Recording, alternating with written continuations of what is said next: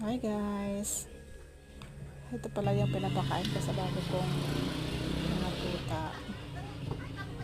uh, Nilagang purple na kamote na minash ko siya, tapos nalagyan siya ng goat milk na in-order ko sa Shopee. Gusto nila ito guys, kasi matatako yung mga aso ko. Gusto nila yung mashed sweet potato.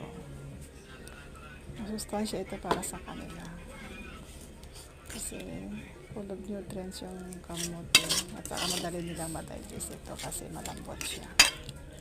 At saka yung milk, yung goat milk na talagang para sa mga hayop. Gusto nila yung lasa, kaya ito ang tataba nila. Pati yung nanay hindi rin na matiis na hindi tikman yung kamote, kaya gusto nila. Enjoy.